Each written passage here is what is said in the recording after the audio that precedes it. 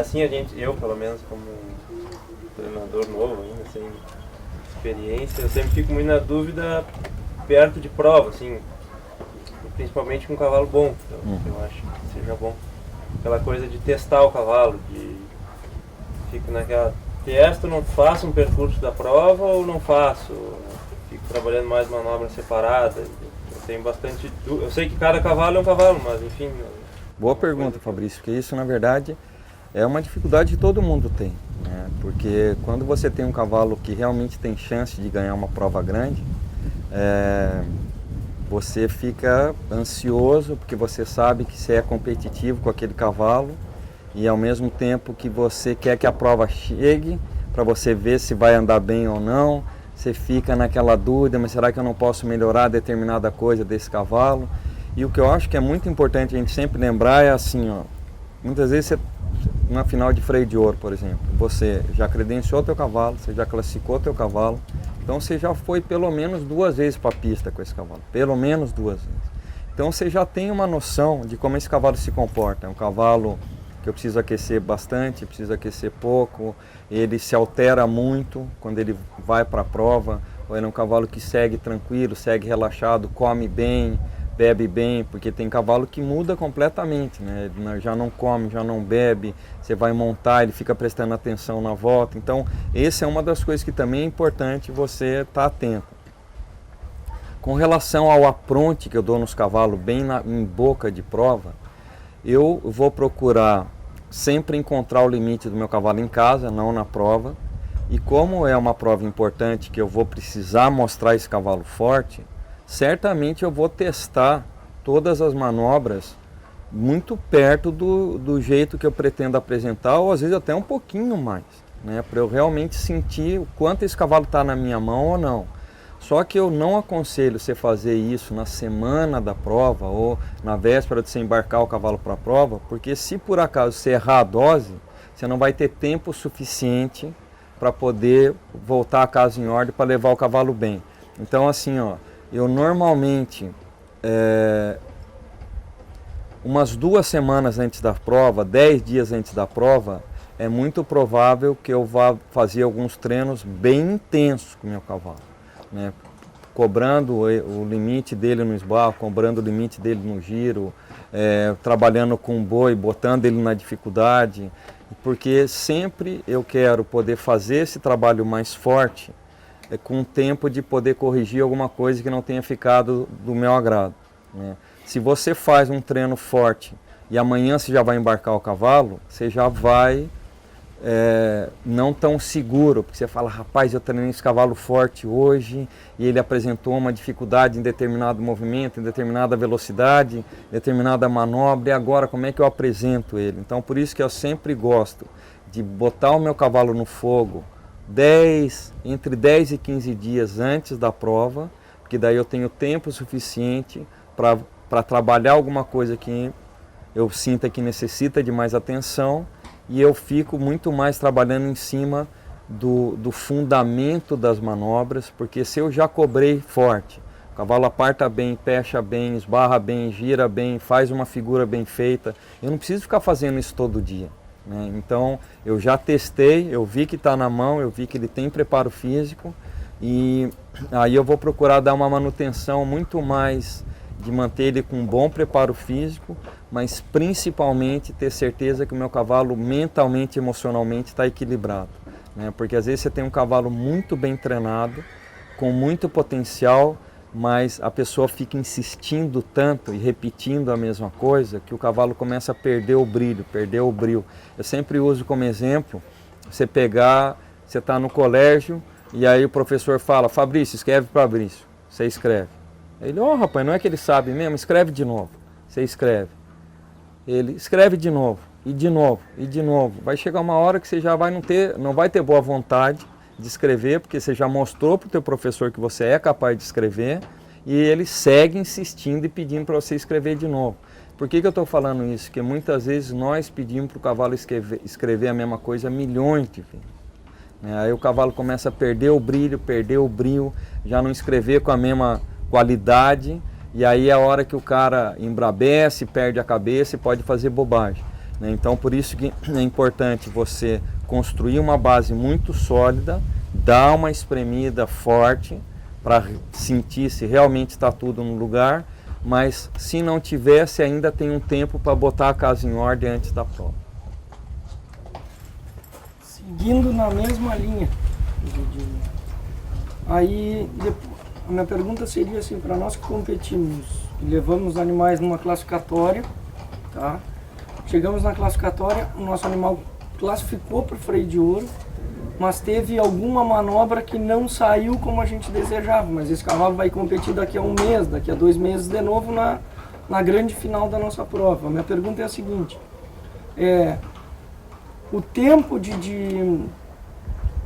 de descanso dele pós-prova, e a outra pergunta é o seguinte, essa manobra que não andou bem, eu chego em casa e trabalho ela antes de dar o descanso, ou deixo descansar e volto tudo de novo até chegar na prova de volta? Uma coisa que é muito importante a gente ficar atento em cavalo de competição, independente se é freio, se é rédea ou qualquer outra coisa, é que muitas vezes quando você está preparando o cavalo para a credenciadora, para a classificatória, você está com um trabalho intenso, às vezes não só de alimentação como de treino. Tá? Uhum. E aí o cara vem da prova, independente se ele ganhou ou ficou em último, e muitas vezes ele dá uma encostada naquele cavalo. Tá? Só que muitas vezes ele continua comendo exatamente a mesma quantidade, continua tomando as mesmas vitaminas que ele estava tomando antes, só que você quebrou por completo a rotina de trabalho desse cavalo. Então, quando eu falo em descanso pós-prova, não é parar de montar o cavalo, é mudar o ritmo do trabalho. Muitas vezes é você sair 2, 3 dias para o campo, por exemplo, né? Porque aí você não vai estar deixando de montar nesse cavalo, então fisicamente você não deixa de estar movendo aquele cavalo, mas mentalmente, emocionalmente você está fazendo um grande trabalho, né? Porque você está mostrando para ele, ó, quando eu vou trabalhar você, nós não vamos só estar esbarrando, girando, paleteando e peixando. Tem dia que a gente sai para o campo para passear, né? Porque todo mundo precisa de um momento de um trabalho mais suave, relaxar um pouco, desestressar um pouco. O cavalo também é assim, então eu acho que muitas vezes é um problema, principalmente em centro de treinamento. Eu sei que eu vivi isso muitos anos na pele, porque a gente acaba tendo muito cavalo para montar e preparando para a próxima prova, e esse cavalo que a gente acabou de fazer a prova, muitas vezes a gente dá uma abandonada nele, só vai voltar a montar quando a gente já está muito na boca da prova, né? E isso muitas vezes acaba a gente não tirando todo o potencial que aquele cavalo teria, porque como para mim é uma parceria, né? Enquanto você estiver pagando o assado e a cerveja, você vai arrumar um monte de companheiro para estar do teu lado, né? O dia que você precisar de ajuda, são poucos que vão estar do teu lado. Então, eu acho importante o cavalo ter você como um companheiro mesmo. Ele falar, não, esse cara não, ele não só vem comigo quando ele quer cobrar o máximo de mim. Tem dia que a gente faz um trabalho leve, um trabalho suave, né? E aí, nesse meio tempo, eu já vou repassando a base daquela eventual manobra que você não gostou na prova, porque 99,9% das vezes o problema está em base, né? Ou a gente pulou etapa, ou a gente está pedindo para o cavalo fazer uma coisa mais forte do que ele está preparado para fazer. Então muitas vezes a gente volta na base, dá uma repassada, dá um reforço e provavelmente quando você voltar de novo você já vai ter outro cavalo embaixo do teu arreio.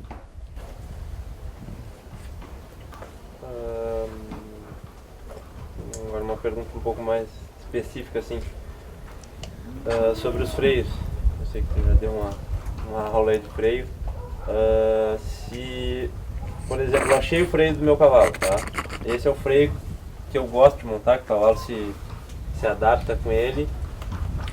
Tu costuma usar no dia a dia, usar esse freio ou intercalar com outros para ele não... Ótima pergunta, Fabrício. Assim, ó, uma coisa que durante os meus anos de experiência de competição, eu fui aprendendo a lidar com essa questão,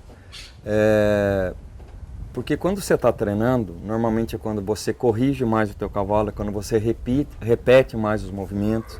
Então, o que na verdade eu acabei aprendendo é que quando eu testava um freio que era permitido na competição, estava dentro das medidas que o regulamento da prova permitia, aquele era o freio que eu evitava ficar usando, né? Então eu não usava o freio da prova o tempo inteiro. Claro que eu não ia usar só na hora da prova, eu queria ter testado ele em casa fazendo os movimentos que eu vou fazer na hora da prova, mas uma vez que eu testei e vi que meu cavalo trabalha bem naquele freio, aquele é o freio que eu encosto.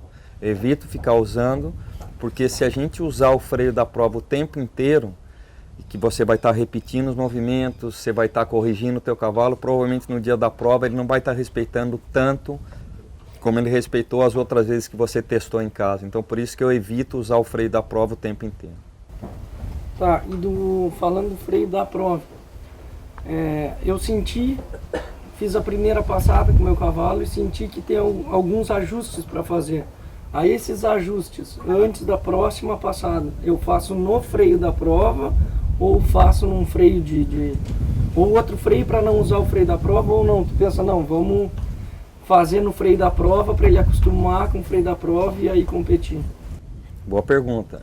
Isso no evento, você está no evento, tá? Evento. Eu acho assim, se você fez a primeira etapa do freio, tá? E o teu cavalo mostrou alguma coisa que você não gostou e você quer aproveitar esse intervalo entre a próxima prova, eu provavelmente usaria um freio de correção, não um freio da prova, né? Porque aí você pega em pontos diferentes na boca do teu cavalo, você não vai estar pedindo nada que ele não saiba fazer, você está só reforçando uma coisa que às vezes não está exatamente do jeito que você quer. Então eu provavelmente faria o ajuste com freio de correção e não com freio de prova.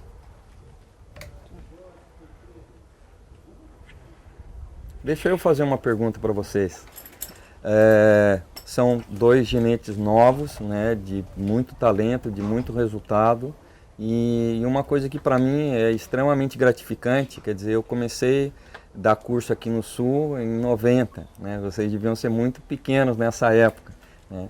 E para mim é muito gratificante ter pessoas jovens vindo atrás de conhecimento, de experiência. Então a pergunta que eu faço para os dois, um responde, depois o outro responde, o que levou vocês a buscar esse conhecimento, sabendo que são treinadores de outra modalidade, que trabalham com outras raças? O que vocês acham que isso agrega ao freio de ouro, ao trabalho de vocês? E o que levou vocês a buscarem por essa nova caminho? Tá, no meu caso, eu acredito que hoje o freio de ouro, por se tratar de uma prova muito competitiva, nós temos ginetes já que competem há 20 anos competindo, então quando eu decidi me tornar um profissional de freio de ouro,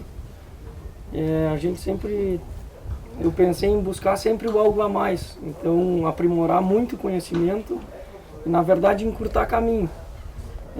É muito difícil de competir com gente de muita experiência, que tem conhecimento total da pista, conhecimento total do trabalho, e sem tu buscar conhecimento para te ajudar a encurtar caminho. Então quando eu fui atrás do teu trabalho e fazer uma parceria em trabalhar junto, é muito mais para me ensinar os atalhos de vida e de prova. Então que eu acho que isso aí para mim é o mais importante hoje em dia, e é o único jeito da gente conseguir chegar mais perto e um dia conseguir ganhar desse pessoal que está há muitos anos competindo dentro da pista. Então é bem isso, encurtar caminho tanto dentro de pista quanto fora de pista, para nos ajudar a treinar, nos ajudar a tomar decisões da nossa vida, que eu sempre comento que o centro de treinamento em si, quando tu trabalha com o centro de treinamento, não é só o treinamento do cavalo, a gente tem que tomar várias decisões no entorno do centro de treinamento. Então quando a gente busca um profissional de muito respeito e de muita qualidade, a gente busca não só o treinamento, sim, então busca muito mais que isso. Então nos ajudar a tomar decisões corretas, nos ajudar a lidar com o proprietário de cavalo, a lidar com o pessoal que trabalha com a gente. Então realmente formar uma equipe que nos proporcione se tornar um campeão. Então acho que a gente a gente busca isso, se tornar um campeão. No meu caso também, basicamente, o mesmo que o Tomás falou, e eu acho que acrescentando, eu acho que a prova, vamos dizer, na final se ganha no detalhe, né? Que ali, quem está ali, todo mundo sabe treinar, é bom apresentador, está ali porque é bom, e eu acho que ganha no detalhe. A gente perde um pouco, vamos dizer, para os ginetes mais experientes, justamente na experiência, na quantidade de prova que eles correram, então eles sabem todos os detalhes. E eu, no meu caso, também fui buscar isso para encurtar caminho e para pegar esses detalhes, que eu acho que é no detalhe que a gente vai conseguir, um dia, quem sabe, ganhar deles, né? E eu acho que e também de tu aprender com uma pessoa que foi um campeão dentro das pistas, que ganhou na vida, é um campeão na vida, eu acho que é uma inspiração e nos mostra um caminho a seguir. Que aí eu quero seguir esse caminho, então eu preciso de uma pessoa assim que meio me coordene. Acho que é mais ou menos por aí. A gente nota hoje, competindo mais vezes, participando mais de prova forte, de muito ginete bom, cada vez mais a gente se dá conta que faz mais diferença quando a gente está dentro da pista, dentro das 4 linhas, como nós chamamos, e quando se tem imprevistos, quando se tem coisas indesejadas, tanto dentro das 4 linhas quanto fora. Então, como tu foi um ganhador em todos os aspectos, ganhaste tudo que tinha para ganhar, eu queria saber como é que tu conseguia trabalhar tanto o teu equilíbrio mental para te manter tão motivado, tão concentrado, dentro das 4 linhas, fora, antes, pós, queria umas dicas de como se concentrar para nunca perder o foco e nunca deixar a peteca cair, como se diz. Uma coisa que é muito importante é a gente lembrar que o resultado é a consequência, né? E para mim esse é a maior dificuldade dos jovens treinadores, porque eles ficam muito preocupados com o resultado, eles querem partir pelo resultado. E a gente não parte pelo resultado, a gente parte pela preparação. Se você se prepara bem, se você se apresenta bem, aumenta muito a chance de você ter um bom resultado. Se você se prepara mal e se apresenta mal, você está cada vez mais longe de um bom resultado. Então, quando você passa a ser muito mais focado na preparação, né, no teu dia a dia, porque eu costumo dizer o seguinte: na prova não é onde a gente ganha, lá a gente simplesmente vai buscar o prêmio, a gente ganha em casa, né? Lá você só confirma tudo que você faz em casa. Então a gente tem que dar muito mais atenção para a preparação, porque a gente ganha ou perde o freio de ouro todo dia um pouquinho em casa, né? Então, e realmente manter a motivação não é fácil, né? Porque todos nós, independente da área que a gente atue, tem dia que você acorda inspirado, com vontade de treinar, com vontade de montar, com vontade de dar um curso. E tem dia que não, tem dia que você dormiu mal, você está com algum problema externo.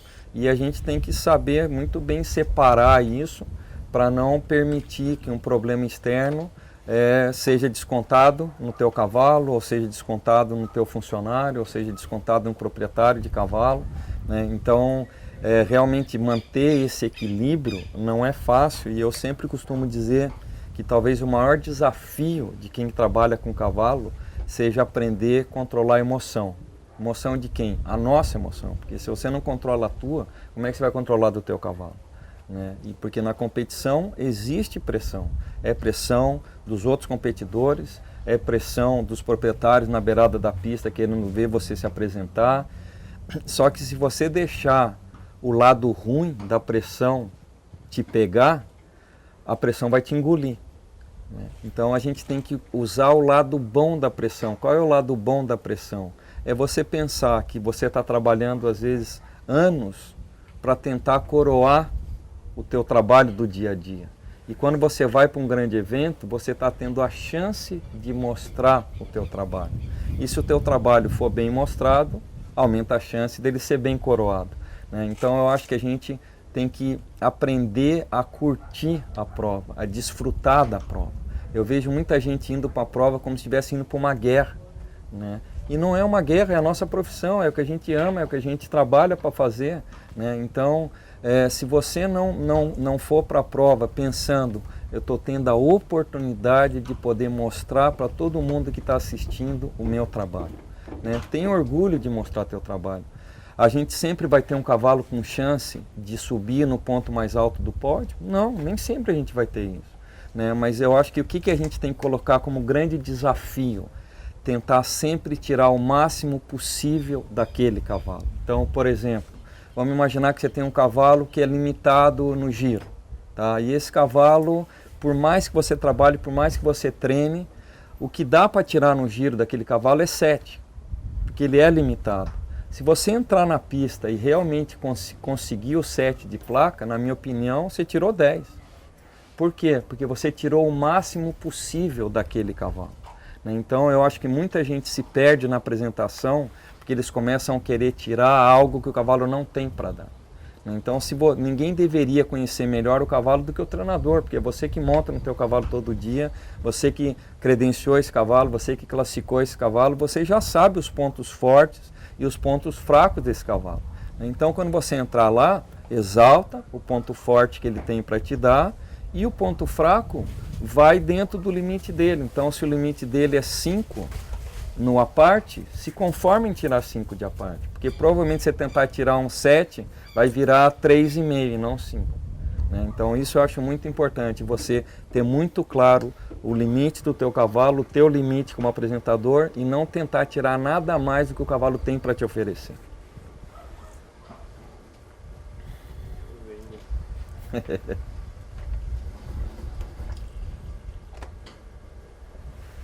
E uma coisa que eu acho importante comentar com vocês é que muitas vezes quando a gente está dando um curso, tem muita gente que vem esperando uma fórmula mágica, né? Acha que o cara vai te dar um exercício que qualquer cavalo que você fizer aquele exercício vai esbarrar para 10, ou vai girar para 10, ou vai apartar para 10. E infelizmente não é assim, ou graças a Deus, melhor dizendo, não é assim, porque enquanto tiver cavalo cobrindo e égua parindo, a gente nunca sabe o que a gente vai encontrar, né? As dificuldades que a gente vai encontrar, as facilidades que a gente vai encontrar. Então é muito importante você procurar dar a chance do cavalo se mostrar para você. Deixa o cavalo mostrar para você aonde ele é bom, deixa o cavalo mostrar para você aonde ele tem dificuldade. Vamos trabalhar em cima dessa dificuldade, mas respeitando, né? Então eu sempre uso esse exemplo. Se você botar um peixe para subir numa árvore, ele vai parecer idiota. Se botar um macaco para nadar, ele também vai parecer um idiota. Agora, o macaco para subir na árvore e o peixe para nadar, eles vão parecer que eles são muito bons naquilo, né? Então eu acho isso muito importante, você desfrutar do processo do treinamento. Eu vejo muito treinador que, para mim, não se tornam grandes treinadores porque eles só acham graça no cavalo pronto. E se você só achar graça no cavalo pronto, o processo do treinamento vai ser uma tortura, tanto para você como para o teu cavalo. Então você tem que pensar assim, o meu cavalo não estava recuando, agora ele começou a recuar. Você melhorou alguma coisa no teu cavalo. Mas não está perfeito ainda. Eu sei que não está perfeito, não vai ficar perfeito numa vez só, num dia só. E talvez nunca fique perfeito. Mas a gente tem que tentar que fique o melhor possível para aquele cavalo ou para as nossas limitações. Tá, e outra, assim, às vezes a gente sai de casa sabendo que não é assim, a gente falou, não é um cavalo que a gente vai ganhar a prova. A gente sabe do limite e, na verdade, quem sabe do limite do cavalo normalmente é nós e a nossa equipe de casa, né? Daqui a pouco um cavalo que sabe que tu não vai fazer uma prova boa. Não que vai fazer uma prova horrível, mas tu vai fazer uma prova mediana, não vai chegar entre os primeiros e só tu sabe que aquela prova foi o limite do cavalo. Uhum. Então, e essa dúvida assim, às vezes, de leva esse cavalo, não leva esse cavalo, Porque isso afeta também um pouco a nossa autoconfiança, né? Sem Porque dúvida. todo mundo, tem muita gente olhando e falando, né? Então todo mundo vai falar, pô, o Jango foi lá e não andou bem. Não andou bem, mas claro. Quem sabe que o cavalo andou bem, mas é só a gente que sabe dos limites. Não, realmente isso é uma coisa que acontece. E uma coisa, né, Fabrício, que eu acho importante da gente clarear, é que eu não tenho dúvida que a grande maioria dos treinadores, independente da modalidade que ele pratique, seja freio de ouro, laço, rédea, o que for, ele adoraria só ter campeão na cocheira, né? Só que a gente sabe que não é bem assim que a coisa funciona. E às vezes você pode ter uma geração de cavalos extremamente competitivos e pode acontecer de você pegar uma safra péssima, né? E do seu melhor cavalo ser um cavalo da média para baixo. Então, assim, eu sempre dou como dica, né? Primeira coisa, ter um canal muito limpo e muito aberto com o proprietário do cavalo. Porque normalmente o dono do cavalo sempre acha que o cavalo dele é o bichão da goiaba. Ele acha que aquele cavalo vai ganhar tudo e que o cavalo é uma máquina e tal. Então eu acho que é um nosso papel como profissional tentar mostrar para esse proprietário, olha, o teu cavalo não está com essa bola toda, eu estou fazendo o melhor que eu posso, é um cavalo limitado, porque o que acontece? Na minha opinião, existem cavalos que se a gente conseguir credenciar, é como se ele já tivesse ganho o freio de ouro. Tem cavalos que a gente conseguir botar na final do freio, ele já ganhou o freio de ouro. Tem cavalos, se a gente conseguir botar no domingo, ele já ganhou o freio de ouro. E tem cavalo que realmente vai ter chance de brigar entre os primeiros, que aí a gente já vai afinar muito essa peneira, porque aí não são todos que são assim. Então eu acho muito importante você, quando você tirar um cavalo de casa que é limitado, eu acho que a primeira coisa que você tem que analisar, esse cavalo vai me dar condição de cumprir a prova de forma decente, ou seja, eu vou mostrar que o cavalo está bem treinado e as pessoas que conhecem de cavalo vão entender que eu só não tirei mais, porque o cavalo não tem mais para me dar. Mas o meu trabalho está muito bem feito. Então, a dica que eu dou para vocês é essa. Você sente que o teu cavalo cumpre decentemente as etapas da prova, mesmo sabendo que ele não vai brigar pela ponta, e o proprietário está consciente disso, então eu acho que tudo bem, leva. Se você sente que o proprietário é aquele que, se você não está entre os primeiros, o cara já vai torcer o nariz e não vai ficar contente, aí eu acho que é a hora da gente parar e analisar até que ponto vale a pena insistir. Porque eu sempre digo o seguinte, todo cavalo merece uma oportunidade, mas nem todo cavalo vale a pena que você insista, né? Porque como você falou, o treinador às vezes está trabalhando duro, se dedicando, se empenhando, principalmente no cavalo difícil. Né? Que às vezes esse cavalo é o que dá mais trabalho para a gente, é o que você fica mais horas em cima dele e é o que muitas vezes menos vai dar chance de você mostrar o teu trabalho dentro da pista. E ainda correndo o risco de ter gente sair falando mal de você. Né? Então por isso que eu acho assim, eu nunca refuguei um cavalo porque ele não tinha um sobrenome importante e nunca refuguei um cavalo no primeiro problema que ele me apresentou. Mas se eu vou dando sequência no trabalho e eu sinto que esse cavalo não está evoluindo do jeito que eu esperava ou que eu gostaria, é a hora de separar e pensar até que ponto vale a pena continuar. Uma coisa, gente, que eu acho bacana de poder estar compartilhando com todos vocês é que a troca de experiência faz todo mundo crescer, faz todo mundo melhorar, faz todo mundo evoluir. E ninguém nasce sabendo tudo, ninguém vai morrer sabendo tudo. Então, se a gente está aberto para aprender, independente de onde mora essa pessoa, independente do jeito que essa pessoa se veste, independente da raça que essa pessoa trabalha, da modalidade que essa pessoa trabalha, eu sempre costumo dizer que a gente aprende todo dia com qualquer pessoa se a gente estiver disposto a aprender. Né? Então eu acho muito bacana poder compartilhar com vocês esse bate-papo que a gente teve aqui, porque no fundo eu estou podendo não ensinar a eles, eu estou compartilhando com eles experiência de cavalo e de vida, e assim como eu estou tendo a chance de também ter um pouco de volta, um pouco também deles compartilhando comigo e com vocês todos, um pouco dessa experiência de que é a rotina de um treinador, de um competidor, independente da modalidade que a gente pratique e vá competir um dia dentro de uma pista.